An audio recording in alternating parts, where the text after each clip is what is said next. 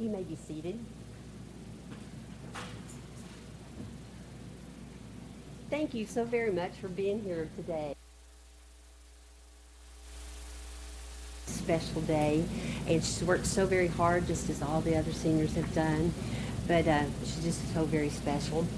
I am Debbie Shelburne, and it's been my privilege to have Abby as my senior assistant in Great Books 1, Fine Arts, and Just in Life. And also on the panel today we have Stacy Jackson and Amy Miller. And if you will, join me with prayer and we'll get started. Dear Heavenly Father, thank you. Thank you for this special young lady that stands before us today. I thank you.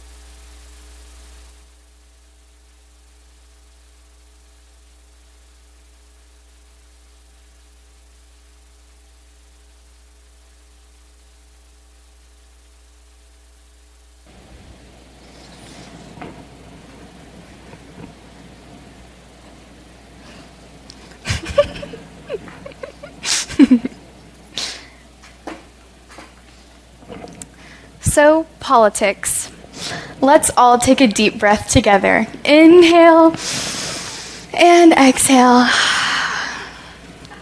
The reason I ask y'all to take a deep breath is because oftentimes when talking about politics, people bring in their associations with their political party, their just general opinions about everything with the world of politics, and oftentimes their values and beliefs. This can leave them to be closed-minded. But in this conversation today, we must remain open-minded. It is the only way that we can learn about the world of politics and to grow in our own personal beliefs. I would say in this room, there's a scale of people. We have the people who are hyper-invested into politics, the people who like the controversial conversations. They like to stir up some good, difficult questions. Then we have the people who don't like talking about politics.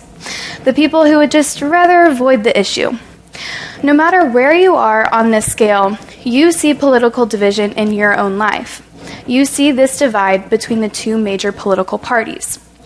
Whether that's in that one family member that just doesn't believe what everyone else believes, or in presidential debates and all over social media. To put some numbers behind what I'm saying, 55% of Democrats have an unfavorable view of Republicans. 58% of Republicans hold that view of Democrats. These numbers have increased 3 times since 1994 alone. Moreover, 60% of Americans believe that we are in the lowest political climate in U.S. history that they can remember. But before understanding how to solve a social issue, or in this case, how to heal the division, you must first understand what causes the division. In America, we are currently living in a culture of contempt. We are past anger and hatred. We live in a culture of contempt. I read the book Love Your Enemies by Arthur Brooks. He says that social scientists define contempt as anger mixed with disgust. The difference between anger and disgust and anger alone is the result of the emotion. So if you're angry at someone, you just want them to do something about the situation. Maybe a restoration of peace, an apology would be nice, but you may be friends with them in the end, and you may not, but you will be cordial. But when you feel contempt for someone, you just want to be right. You want to have the final word, and you do not care about them. Another definition of contempt is a feeling that someone or something is not worthy of respect or of approval. We also see contempt in the Bible. Proverbs 11:12 states, "Whoever shows contempt for his neighbor lacks sense, but a man with understanding stays silent." Another major contributor to political division is what I like to call your political bubble. I guess the more scientific term would be an echo chamber. An echo chamber can be defined as an environment in which users' opinion, political belief, or leaning about a topic gets reinforced due to repeated interactions with sources or peers having similar tendencies and attitudes. So many people get their political beliefs from their parents, things that they educate themselves in with books. Oftentimes it's online and through social media, but also just the general community around them. All of these things are in their political bubble. But there are two things that make this bubble increasingly harder to burst, and those are social media and news sources. So we'll first look at social media. I see two big issues in social media. The first is that people are only hearing what they want to hear. The second is that oftentimes social media takes away the story behind the political belief. I'm going to separate this into two terms. We have the what and the why that goes along with every political belief. So the what is the answer to the political question, or the policy, or the law. It's just the general opinion. The why is why someone would believe that thing. Why do they believe this? But oftentimes, this why has to do with one of two things: compassion and fairness. People don't recognize this, though. I'll give an example of compassion and fairness. So we'll take an issue like immigration. You would think that two political parties have very different views of immigration. This is true, but their why is often pretty similar. I think, with the exception of far right, far left, that both can agree that we need to be fair to those who are coming in through the border. We need to be fair to the working class here in America. But we also should show compassion to those coming in. They deserve a life and that they can work hard here in America. In social media, this why, or this connection between the two parties, is often taken away. And no longer are you arguing with an actual person, you're just simply arguing with a username. So within news sites, you may not recognize this, but not just with social media platforms. News sites will watch your click behavior, and they will feed you articles that you already agree with or that you would want to read. The reason they do this is because you will click on the article and you'll see a few ads. This is how they make their money. Again, you're only hearing what is in your political bubble. So when you have disagreements that are outside of this political bubble, oftentimes they can lead to contempt and to frustration. I often get the question, why try to fix political division if it's a worldly issue that can only get worse? It is true, we can't ever fix political division. The only way we can fix political division is through the second coming of Christ. This is promised, but we don't know when. What we do know is that as Christians, we are called to share the love of Christ. We are called to share love and not contempt. John 12:34 states, "A new commandment I give to you, love one another as I have loved you, so you must love one another." Jesus never said to stop loving others because it will be challenging. He simply calls us to leave this earth doing what we can to spread love and not contempt. I imagine that politics is like this big, dark, gray cloud. But as Christians, we can bring light to this cloud. So you may be wondering, so how do we do this? How do we start this healing process between these two extremely divided political parties? The first and probably the easiest way is to gain a diverse community around you. No one can have productive political conversations if they only talk to like-minded people. Arthur Brooks says that diversity in all forms is where our strength and unity are to be found. So first, look who you follow on social media. Follow people that you agree with, follow people you disagree with. Like content that you agree with and disagree with, and follow platforms that you agree with and disagree with. By doing this, you will bring diverse ideological political beliefs onto your social media feed. Next, look at your news sources.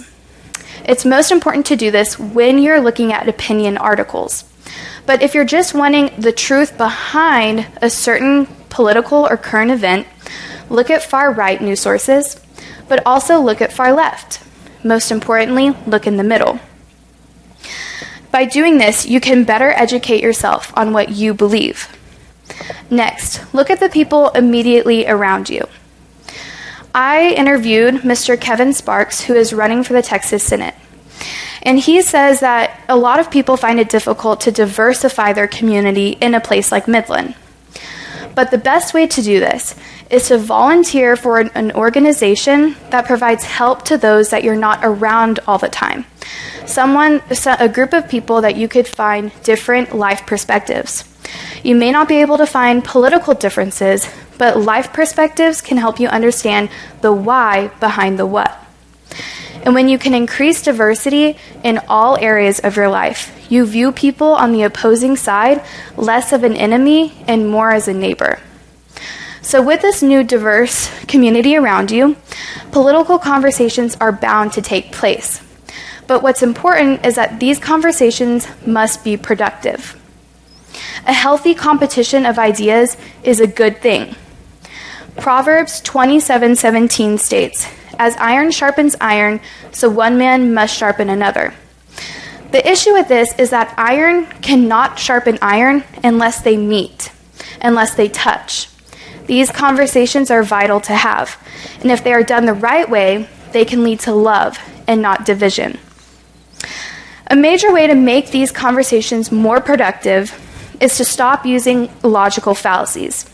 At MCA, we take logic and we learn about the ad hominem fallacy. This fallacy attacks the person behind the argument and not the argument itself. Does this sound familiar? We see this in all areas of political division, presidential debates, all over social media, and just random heated conversations around the dinner table. In political discussions, the main goal should always be to find some sort of mutual grounds, to agree on something. Again, this can go back to compassion and fairness. But you must remember the best way to persuade someone is not to insult them. No one has ever been insulted into agreement. Assuming and attacking the character of someone else is simply just a waste of time. It's okay to logically and respectfully attack their argument, but only if you can hold a sense of peace and respect.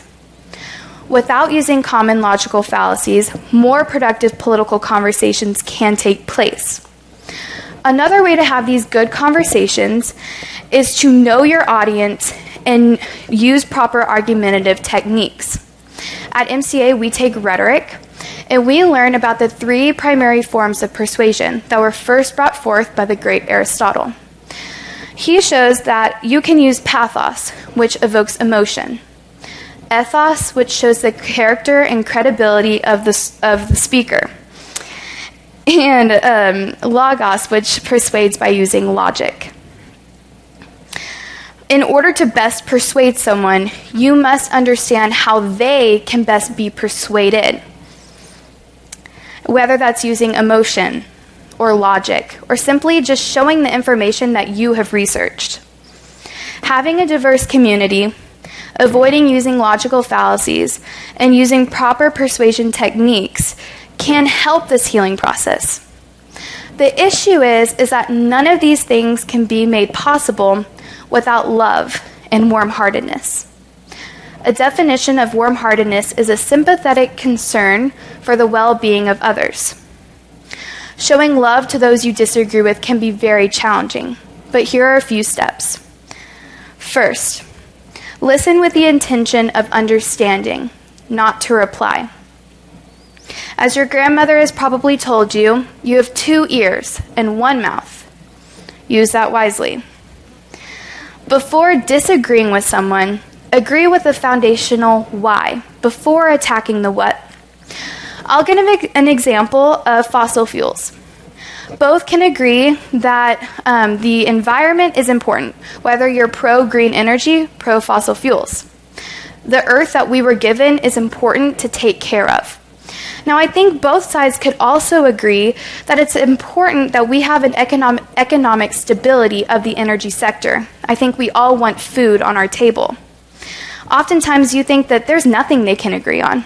But these are 2 things that they can agree on, and by noting these first, it will help you better show love to them. So remember, you can agree on some things like compassion and fairness.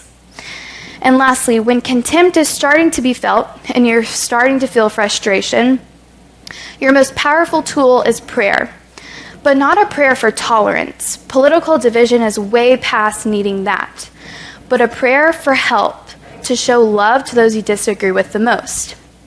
So remember, contempt is never justified. No one has ever been insulted into agreement. Iron can only sharpen iron if they meet. Find mutual grounds. You have 2 ears, 1 mouth. Pray for love and take deep breaths. When you can remember all of these things, you will see the people of the opposing party less of an enemy and more as a neighbor. So look to the person next to you, give them a high five or a handshake, and say, "Howdy, neighbor." Thank you.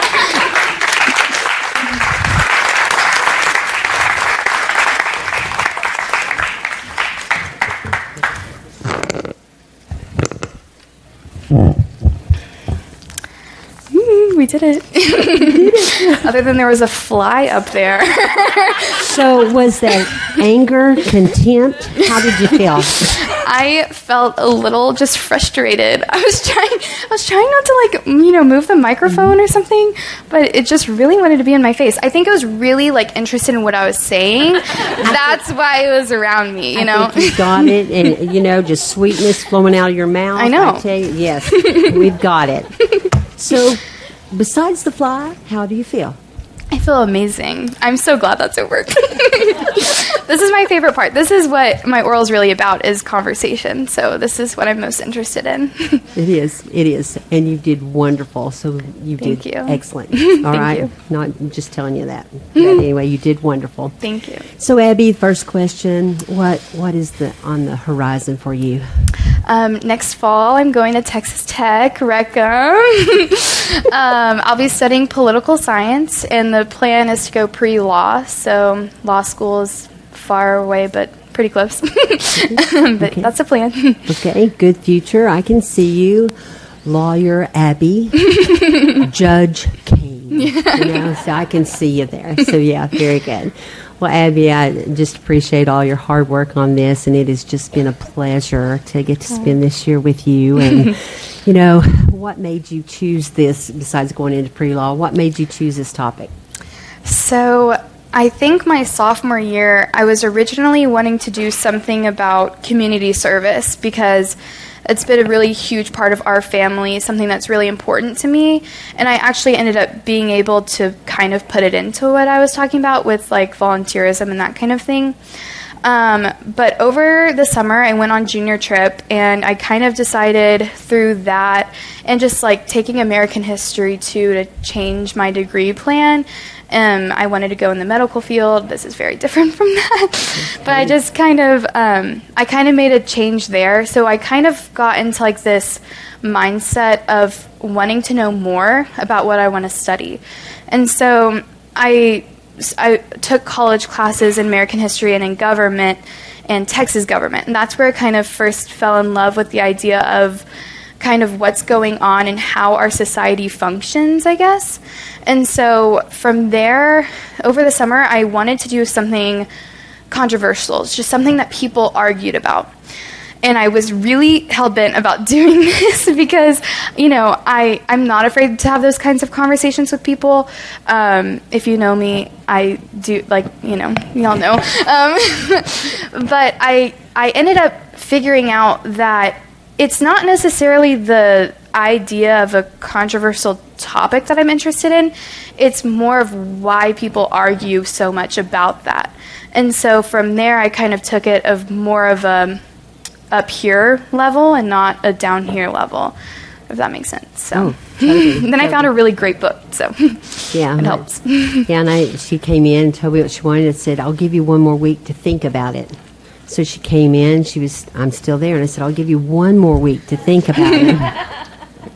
She gave in and said, please, Abby. And I said, okay, you've just got to teach me through this. And so she was so gracious. And I can talk politics. It's not my favorite thing. And so I have enjoyed talking politics with you. And so that's been very nice. And I'm still learning. I hope I was a good student. Yes. Okay. You get to grade me. All right. So, Abby, there's so many things we've talked about and everything, and I feel like you know all the questions in your way beyond me. Sorry, that's driving me crazy. So anyway, I'm going to kind of go around a little bit. Today, you mentioned in here that, I guess I better put on my glasses, sorry about that, 60% of Americans consider our current political climate the lowest point in U.S. history that they can remember. And I think, overall in our nation, we've always at that current time thought that considered ours the most low at some time, even in the world, when we talk about the Cold War, we talk about World War II, we talk about Vietnam War. I remember as a kid, Vietnam War, my uncle was going off to serve, and, there was riots and, students being killed on campuses, and it was devastating. I really thought the world was going to end right then, but, we just kept on, and people were divided as we've gone through, but it does seem like that division has continued to grow, and it's going to be there when you have people on two different sides, and so I think you do very well, telling us how we should handle that, and that it's not, that we have to give up what we want, but what role does education come in? Sometimes you'll have, my parents were Republicans, so naturally I tend to go Republican, Democrat, So what does education come in to know that they truly believe or stand where they should be on which side? I was actually talking to Jules about this at some point. The reason I really didn't talk much about knowledge and educating yourself is because, unfortunately, I don't think there's necessarily an education issue in political division. I think it's a heart issue. I think it's a lack of love issue. I'll bring up a little quote by Dave Ramsey because we've been talking about that in economics, but Dave Ramsey says that in financial budgeting, it's 20% head knowledge and 80% behavior. I would say this is very close to what we kind of see in political division. I don't necessarily think that it's a lack of knowledge. I wish it was, because that would be easier to fix, I think. But I think it is a lack of warm-heartedness, lack of love, which brings in room for contempt and those kinds of feelings. Okay, all right, very nice. I'm going to pass the mic. Okay, I want to delve into that a little further. So you say it's a heart issue. Mm-hmm. Is there a psychological aspect to that, or a worldview aspect to that, or both, do you think? I think, within what we had talked about of how crazy different a psychological perspective or a worldview perspective is of a far right and far left, and how almost it's like what you say, they're so far, so left that they're falling off the face of the earth or whatever. It was funny.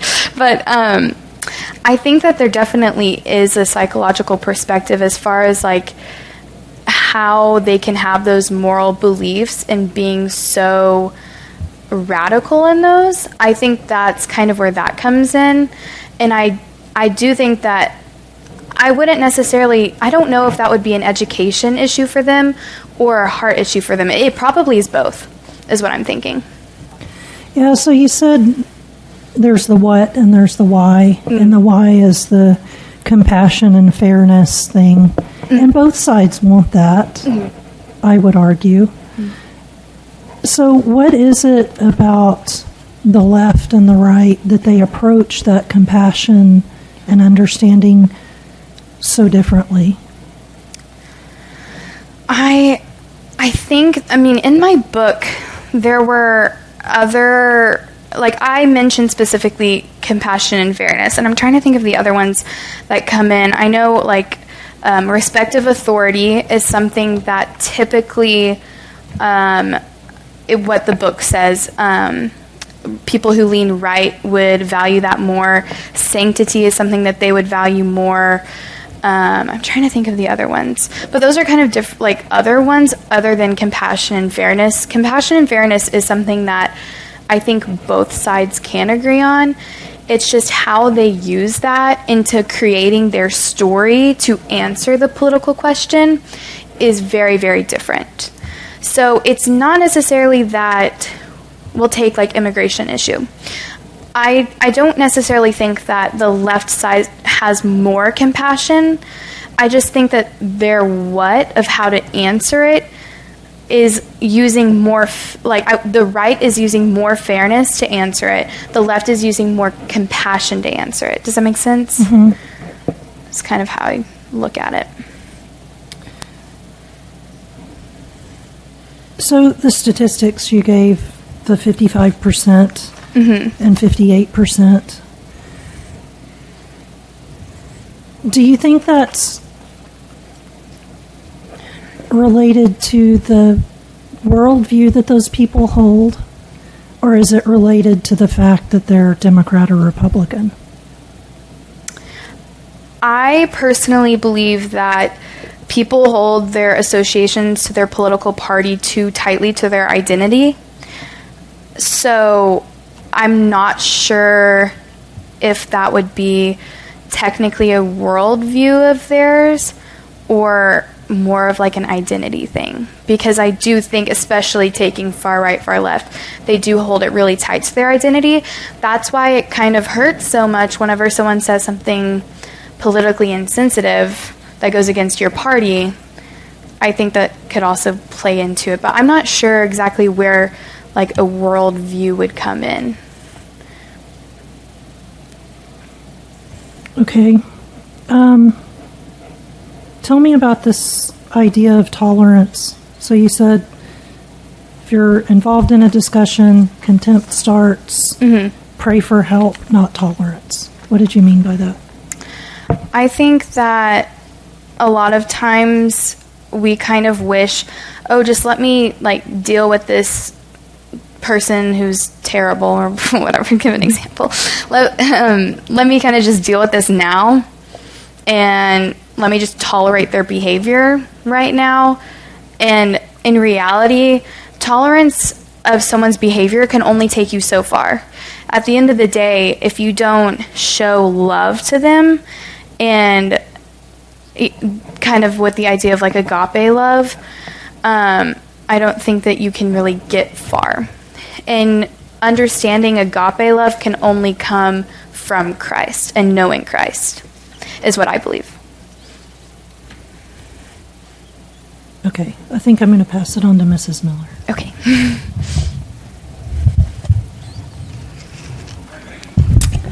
Okay, what's the movie with Reese Witherspoon where she goes to law school? Legally Blonde. Okay, yeah. Have you seen it? I love Legally Blonde. Okay. All my friends would know I love Legally Blonde. All the pink and the pearls, that's kind of what I thought. Yep. But so do you have a little dog? I do. I do have a little dog. That's the only thing missing, I feel, from your oral today is you should have brought that little dog with you. We should have brought Pixie. Pixie's at home. So when you go to law school, you need a little dog. Yes. I'm going to get like a pink like pantsuit kind of thing, and then maybe get a dog too to go with it.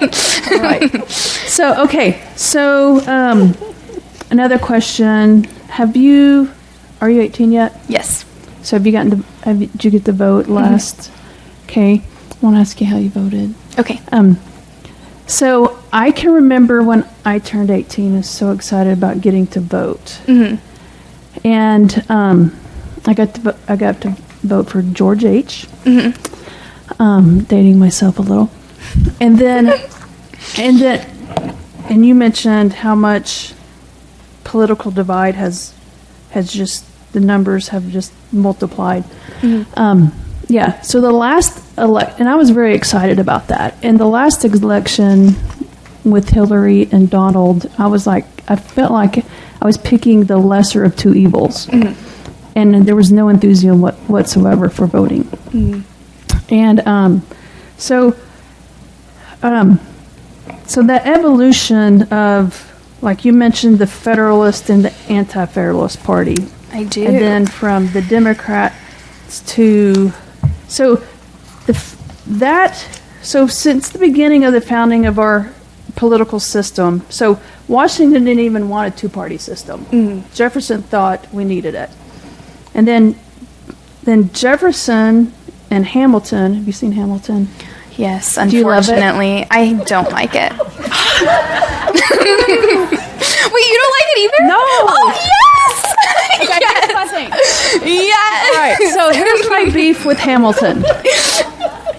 Okay, so Hamilton wanted a centralized government and a banking system.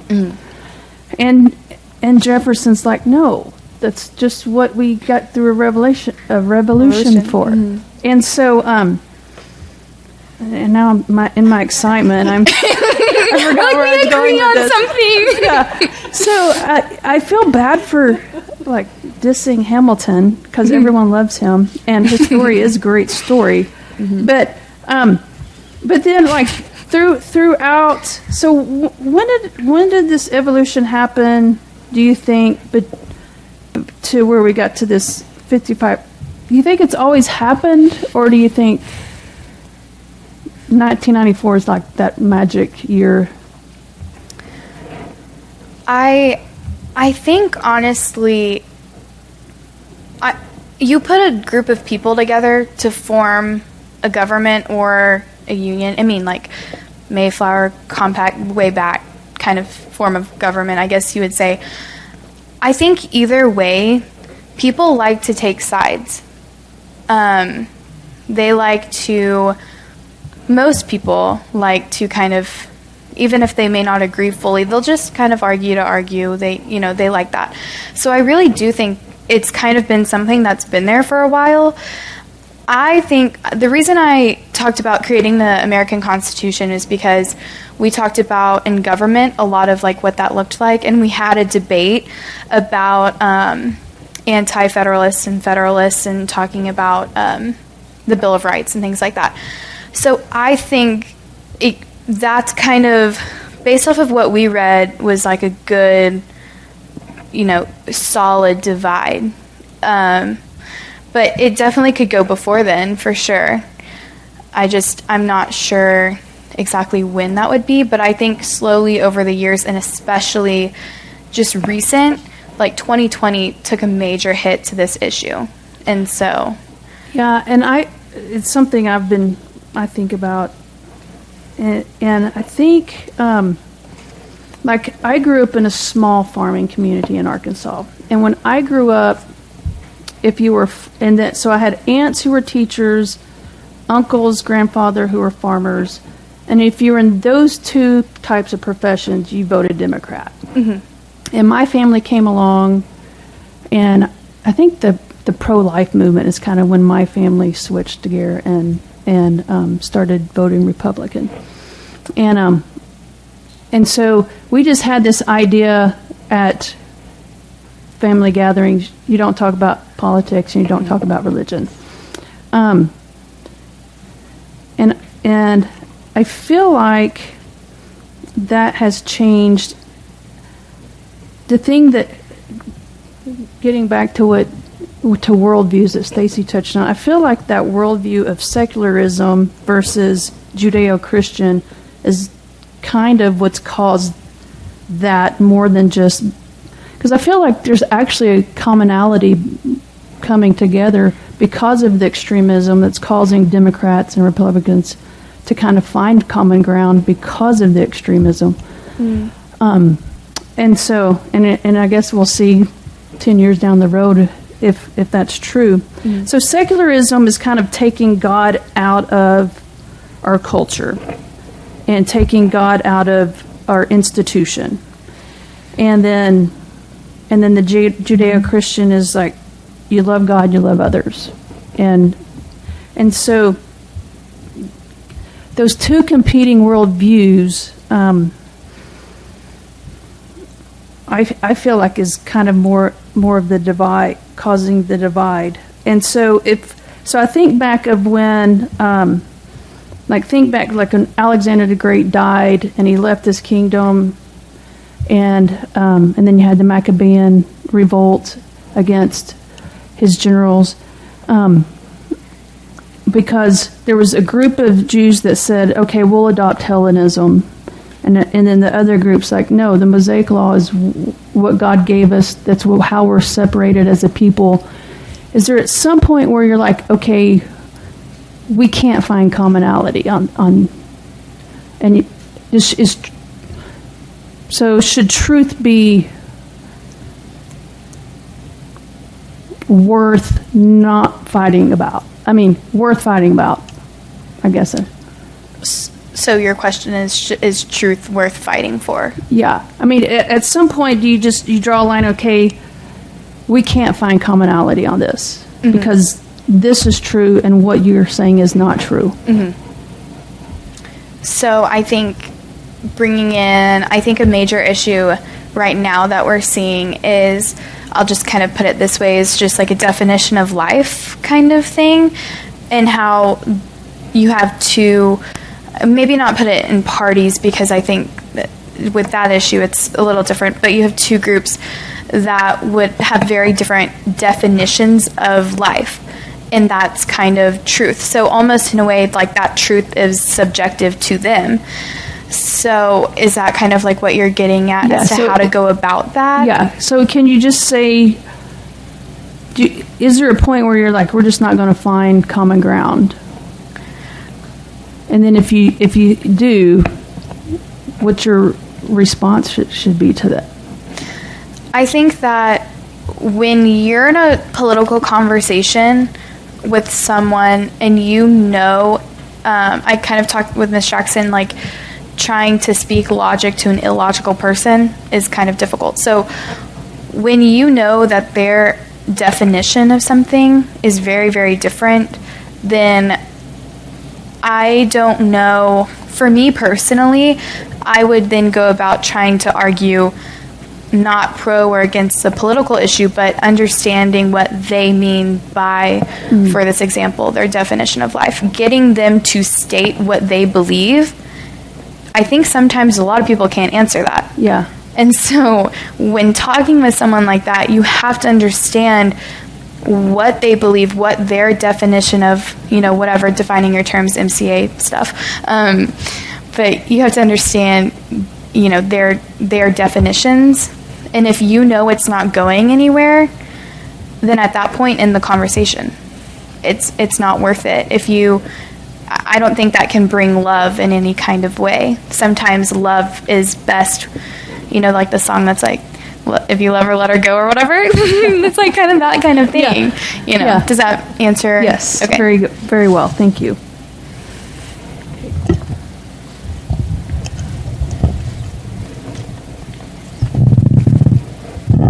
So, Abby, on this, you said you had a great book, and I know that we had to cut down your oral quite a bit. Yes, and we did. I know you have a notebook full of notes that you took from your book. Is there anything that you would like to share that you did not get to share in your paper or your speech that you would think we might need to know? Yes, let me grab it real fast, just because I do have a lot of notes from this book. The book is Love Your Enemies by Arthur Brooks. I would recommend that everyone read it. It's really, really good. But let me check really fast. So, okay. The thing that immediately came to mind for me is the idea of corrupt political leaders, which I didn't talk about at all. Arthur Brooks, who wrote the book, is kind of under this idea that another major contributor to political division are corrupt political leaders. I guess the reason I didn't include that was just because, not like it's a touchy subject, it's just, I think that people get into the mindset of, I don't like bullies, but I like my bully, if that makes sense. So that's why I didn't really include it, but I researched a lot about kind of how political leaders used to persuade people, and then now it's like, so he talks about it used to be that you would, kind of try to get the people on the opposing side to at least agree with something that you have to say. Now it's like, if you can, make your group of people loud enough and excited enough, then you're good to go. So I think that's what he talks about, is because of the, one group of people is so excited and so, riled up because that's what their political leader does. Right. Then that's further creating a divide, because then you have the other people that's like, well, I don't like them, their political leader does this. And so I think a huge idea is correct political leaders, and then needing more leaders like Jesus. And I hate to put MLK in the same box as Jesus. We'll separate them. But he does talk about the leadership qualities of MLK and how he was extremely different in starting a movement, just as Jesus kind of started a movement in his own way. And so we need more people like this who are willing to be leaders of a movement and less followers of their people, if that makes sense. It does. So you're talking about Jesus. Did he get involved in the political culture of his day? I don't know. Did he? Don't know. I would say, when I look at everything, I probably would say no. I think his focus was on serving individuals, people, and I think that he had that servant's heart, and that was doing it because, he even says, in Matthew 22:21, render to Caesar the things that are Caesar's, and to God the things that are God. Mm-hmm. So through that, he's teaching obedience to the Roman law and also to obey God's law. I mean, the government was brutal at the end. They even killed him, but he was all about. So I don't think. And that's just my opinion. I see the common thread through that of what Jesus did, and it was that servant. Mm-hmm. So do you think church organizations have a place in politics? Okay, so I, at this moment, don't necessarily know, because I think that brings in the idea of separation of church and state. Mm-hmm. I don't necessarily know what I think would be right for specific churches as an organization to get involved into the world of politics. Right now, what I believe is I don't think that's necessary. Because, like I said, I described the political world kind of like a dark cloud. And Mr. Adams, he gave a few years ago a representation, but that was in relationships. I think it can apply of when you are a Christian and you're dating someone who is not a Christian and very kind of stuck in their paths of not having the same values that you have, it's like you're on a chair and you're trying to pull them up.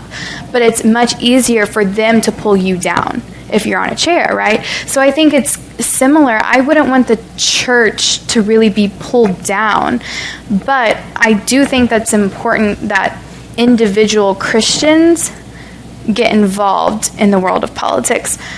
I'll do, if I have time, I have a little thing that I actually talked to Bennett about, and she got this from Mr. Nelson, and that was an idea of how C.S. Lewis, hold on, I need to pull it up because I'm going to get it wrong knowing me, but he basically talked about, C.S. Lewis wrote Narnia, right? Just making sure. I've actually never read Narnia, so I'm sorry.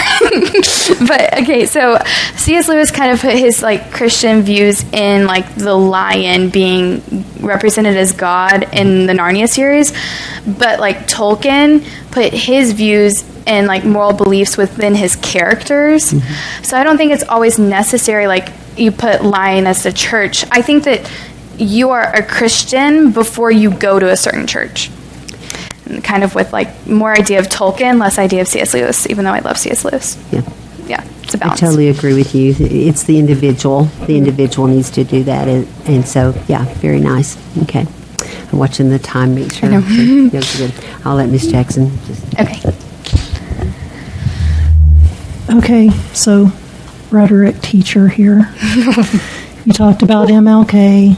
Oh, gosh. You and Mrs. Miller talked about truth and agape. You talked about persuasiveness versus loudness. How do we define rhetoric at MCA? What? I don't remember. It's been what a are couple we trying years. to share? Truth. Okay, truth. Good. Oh, yes. I almost said Jesus. Anyway, we'll just forget that happened. Okay. Tell me about logos, pathos, and ethos. Do you remember what those are? Yeah, pathos evokes emotion, ethos evokes character of the speaker, and logos persuades by using logic. Okay. What does political interaction tend to do today? Do we use that to share truth, to evoke the right kind of passion and the right kind of ethos and the right kind of logos? Or is it used to shut things down?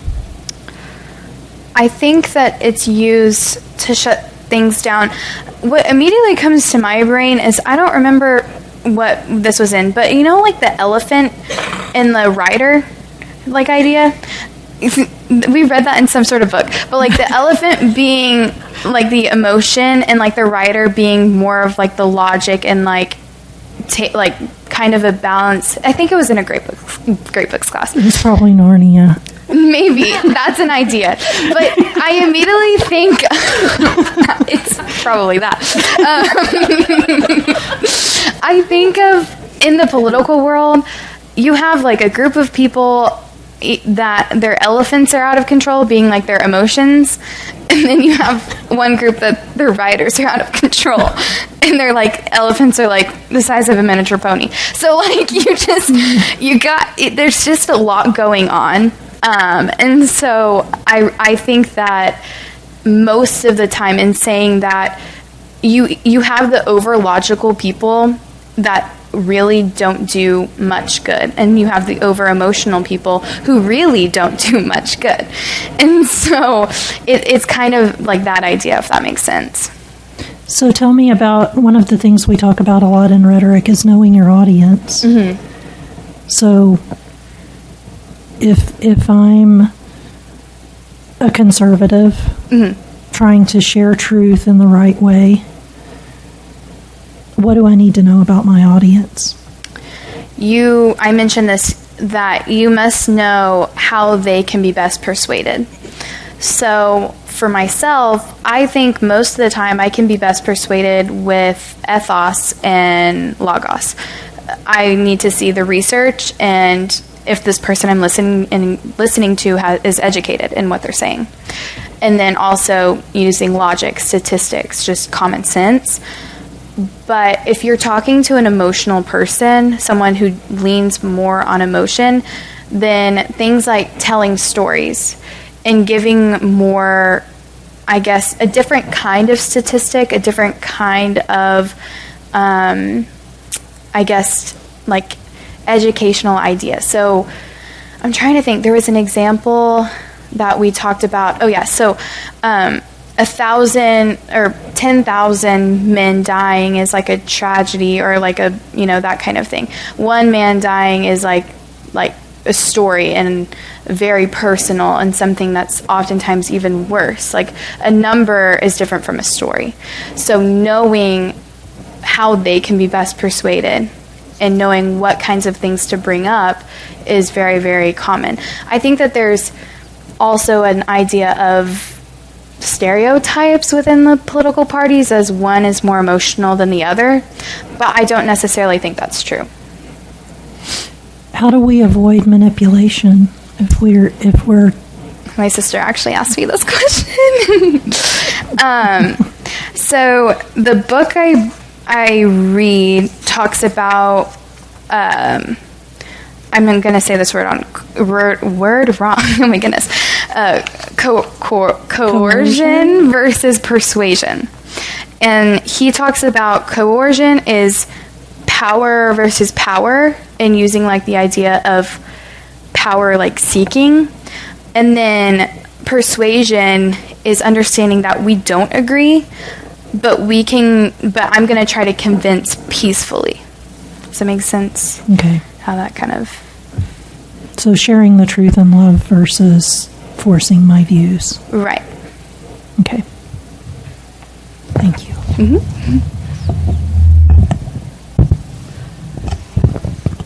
Okay, so when you talked about the primary fuel to political division is particularly biased news sources. And both sides frame a story to their beliefs. And have you heard that John Mayer song? Like when I read this paragraph, I thought of that John Mayer song. You know what I'm talking about? Which... You know John Mayer at all? Yeah, I mean, yeah. He's kind of old, so you might not. But he has this song called "Waiting on the World to Change." Have you heard that song? Yeah. Okay. And so he talks about the media. He says, when you trust your television, what you get is what you got. Because when they own the information, they can bend it all they want. And both sides bend the story to like fit bend the truth. Yes. Okay. And so what he's saying is his generation, they're just waiting on the world to change. And so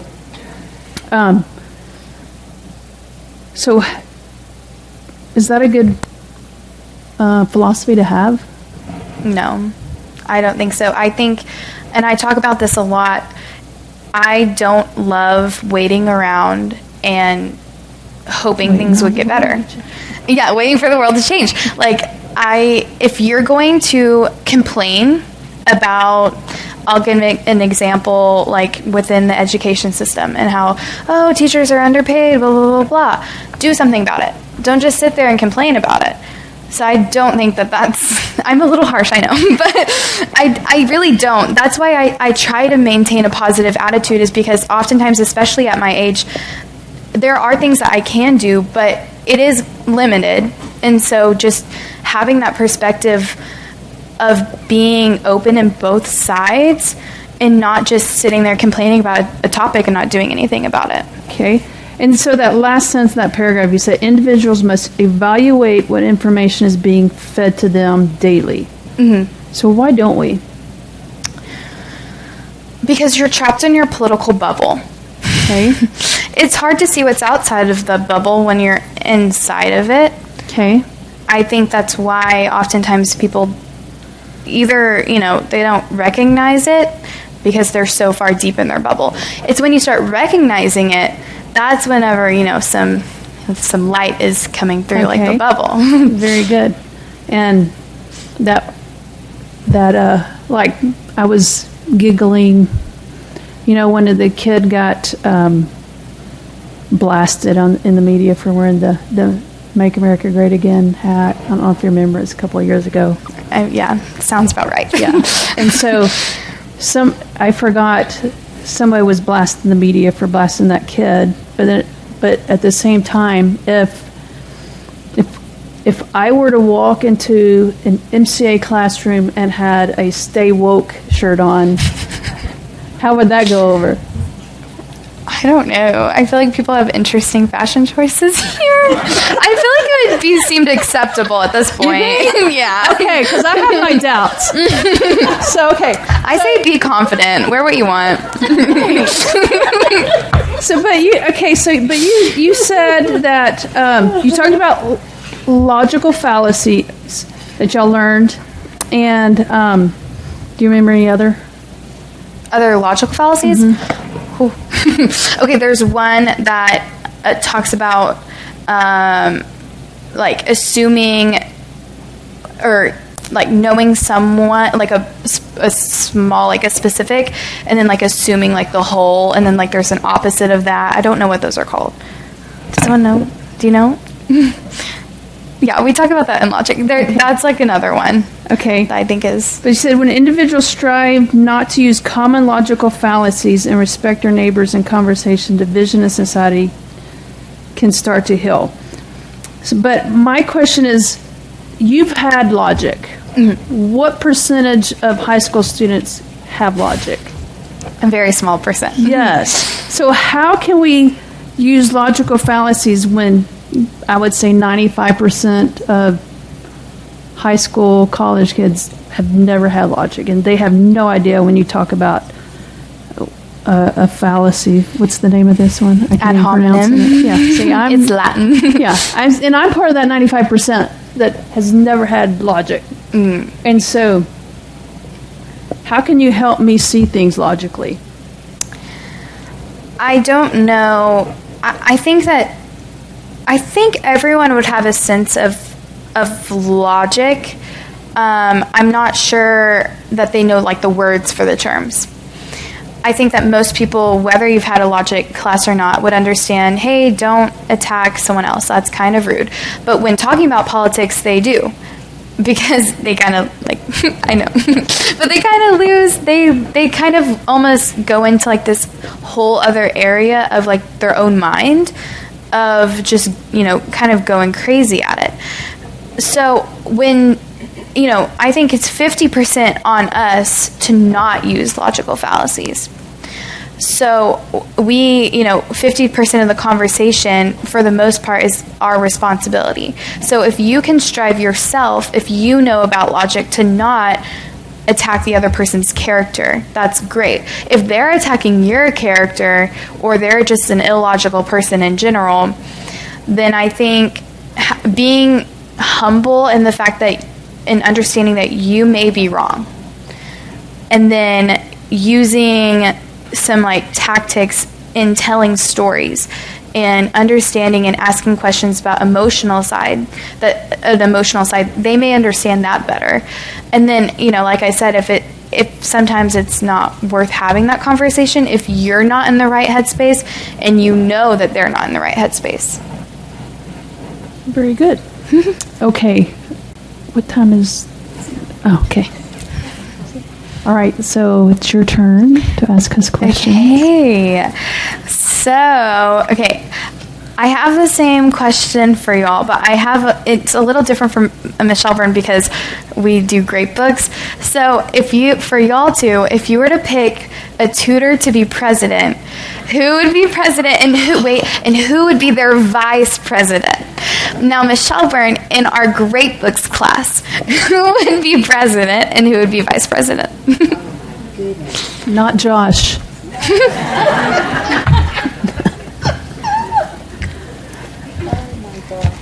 Do you want me to answer since I have the mic? Yeah, you go. Okay. President.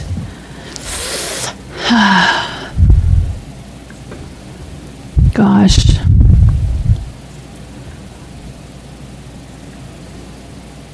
Probably.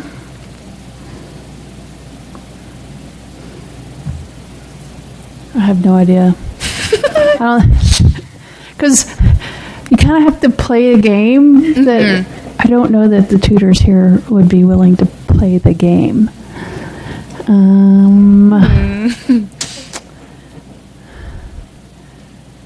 Stacy. I agree with that. That would be a good one. No, she's not. Yes. Gosh, I have no idea. Should be so peaceful up there, just like, hey, everything's okay. Yeah, be very chill.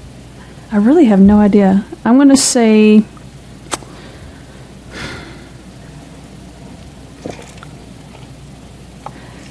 probably Perry, because he's probably the most...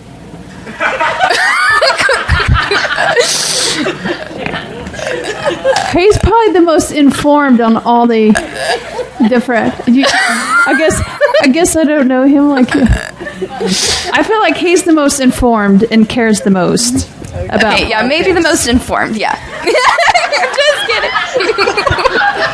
But who would be his vice president? Vice president, okay, to balance... Evidently, I said the wrong No, you person. did not. No. The other person who seems very logical and informed is Mr. Acuff. Okay. So, yes. Is that all right? Yes, I agree with this. Yes, I would vote for them.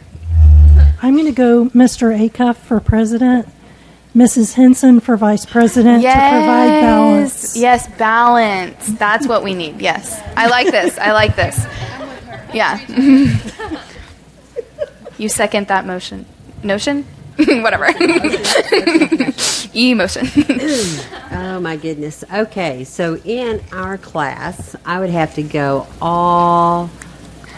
the all-woman ticket. Okay? Yes, this is what we need. Yes. Man, and it is such a hard one. You know, they are just right there. You know, sometimes the vice president's just as valuable as the president. I know. We see that now. So, you know, if one gets okay, so I'm just going to, I say Josie, president. Yes. Yes, Josie. She gets taken out. Cora May is right there to help her. Okay? I love this idea. Got it. So that, sorry, guys. Slim pickings. Slim pickings. So, no, I'm just kidding. Just kidding. No, it's not slim pickings. There's not that many in the class. Is not. It's just, I don't know what kind of world they would lead us into. Yes. Because they're so creative. Probably like a Clash of Clans kind of situation. They're good. They're good. I would vote for our guys too. So, anyway, so Abby, it has been a pleasure, totally a pleasure, and I'm sorry you didn't have your test. And it's okay. I have to give it to you next week, because I'll need a grade for you then. So we'll see whether you're a Democrat or a Republican with the test, okay? So anyway, we'll figure that one out. So thank you so very much, sweetheart. It's been wonderful, and this has been a great time. And so, Miss Jackson, will you close us in prayer? Father, thank you for Abby and what she's contributed to MCA over her career here and the fun discussions we've had. I pray that you'll be with her as she goes to Tech next year. Help her to establish a firm foundation in you there, and just lead her in the way you would have her to go. It's in Christ's name we pray. Amen.